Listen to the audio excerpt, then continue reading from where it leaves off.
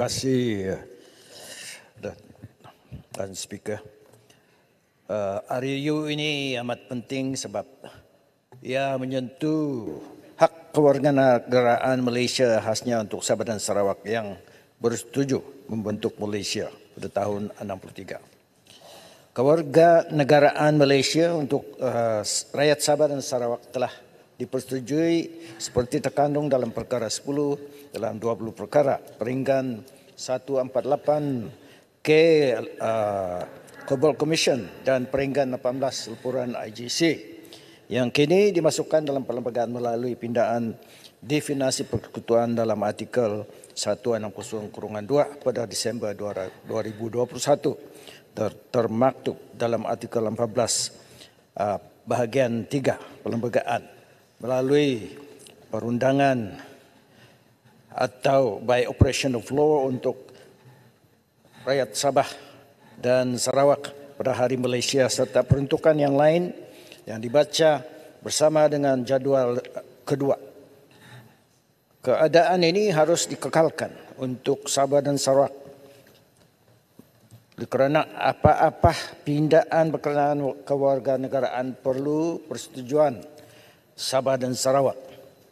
Artikel 161E kurungan 1 dan juga mengikut artikel 161E kurungan 2 kurungan E. One Speaker, untuk apa-apa pindaan kepada perlembagaan cadangan, pindaan haruslah progresif bukan regresif. Dan daripada cadangan-cadangan pindaan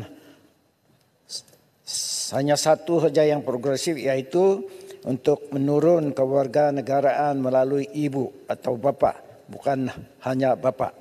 Malangnya untuk cadangan pindaan yang lain, ianya boleh menghakis dan meminggirkan hak kewarganegaraan untuk rakyat Sabah dan Sarawak yang berhak mendapat kewarganegaraan melalui perundangan atau operation of law.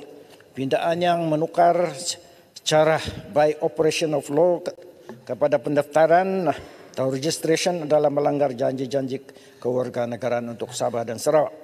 Oleh yang demikian, saya mencadangkan agar pindaan yang menukar cara mendapat kewarganegaraan daripada perundangan by operation of law kepada pendaftaran tidak terpakai di Sabah dan Sarawak.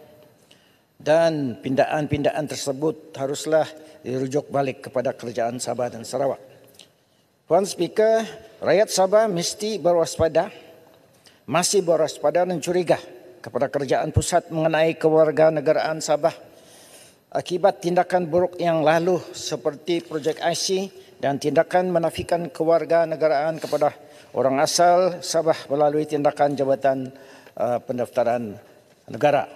Melalui projek IC, kad pengenalan dan kewarganegaraan telah diberi kepada pendatang asing tanpa izin atau PTI dan jumlah warga asing yang diberi kewarganegaraan melalui ini berjumlah hampir 1,5 juta, hampir sama dengan penduduk tulen. Ini telah mengubah demografi Sabah dan dilakukan dengan niat jahat pada waktu itu untuk menumbangkan kerajaan Sabah yang dipilih melalui proses demokrasi. Pemberian IC kepada PTI tidak mengikut undang-undang adalah satu penemuan oleh RCI mengenai pendatang asing di Sabah seperti ternyata dalam laporan RCI. Laporan RCI juga tersebut menyatakan penemuan bahawa orang-orang yang tidak berkelayakan berdaftar sebagai pengundi dalam daftar pemilih.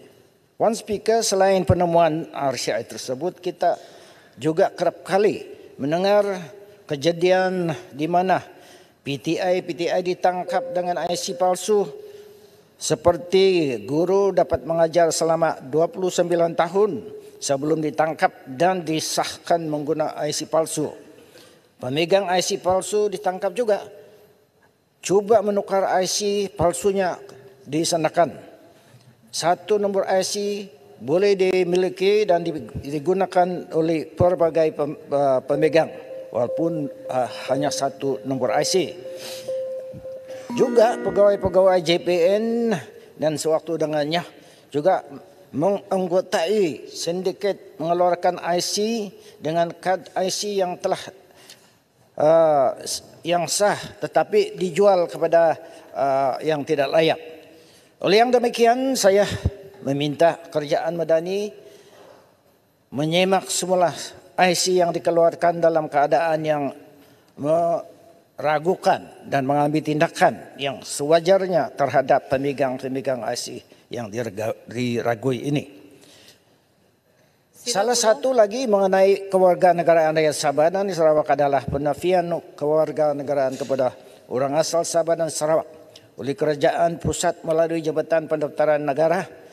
Masih terdapat adik-beradik umpamanya di mana ada yang mendapat IC, MyKad dan adik-beradik yang lain dinafikan MyKad. Juga terdapat yang tinggal jauh di pedalaman yang tidak dapat mematuhi keperluan JPN seperti pembuktian kelahiran dan penetapan tempat duduk lama dan sijil nikah yang tidak diiktiraf dan tidak mendapat kewarganegaraan atau IC MyKad. Mereka hanya diberi IC merah atau pemasyutin tetap, dan dengan pindaan anak dan cucu cicit mereka akan kehilangan hak kewarganegaraan melalui undang-undang dan perlu memohon untuk didaftarkan. Untuk menyelesaikan dan menentukan kewarganegaraan rakyat Sabah dan Sarawak, saya mencadangkan kita berubah dan memberikan mekanisme yang betul. Kita biarkan penentuan kewarganegaraan Sabah dan Sarawak dibuat oleh Kerajaan Sabah dan Sarawak masing-masing. Penentuan ini kemudiannya dimaklumkan kepada JPN yang akan mengeluarkan MyKad. Proses ini akan menyelesaikan segala kes-kes permohonan yang masih lagi tergantung. Sila Gulong.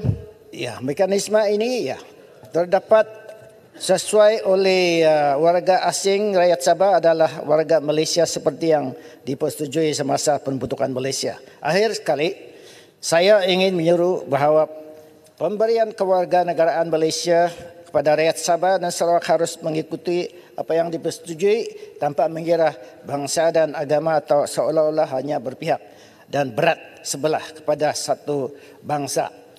Sabah dan Sarawak sekiranya kerajaan masih kekal menghendaki kelulusan semua pindaan yang dicadangkan, saya mencadangkan supaya pengujudan satu mekanisme melibatkan peranan Sabah dan Sarawak seperti mewujudkan Suruhanjaya atau Jawatan Kuasa Kewarganegaraan Sabah dan Sarawak, menetapkan dengan jelas SOP atau terms rujukan untuk pemberian kewarganegaraan rakyat Sabah Sarawak. SOP tersebut harus menangani ketidakkonsistennya pemberian MyKad yang ada sekarang, di mana ada adik yang diberi dan ada yang ditolak. Masa sudah tamat, Yang Berhormat. Sedikit lagi. Menubuhkan juga satu jawatan kuasa pilihan khas untuk memantau pelaksanaan jawatan kuasa Suruhanjaya kewarganegaraan tersebut. Dan saya ingin bertanya kepada Yang Berhormat Menteri kerana kemarin menyentuh tentang way out untuk PR, local PR. Mohon penjelasan daripada Yang Berhormat Menteri. Terima kasih Yang Berhormat Keningau Keningau. mohon Terima kasih. mengucapkan terima kasih dan harap cadangan itu diambil kira. Terima kasih. Terima kasih Yang Berhormat Keningau. Saya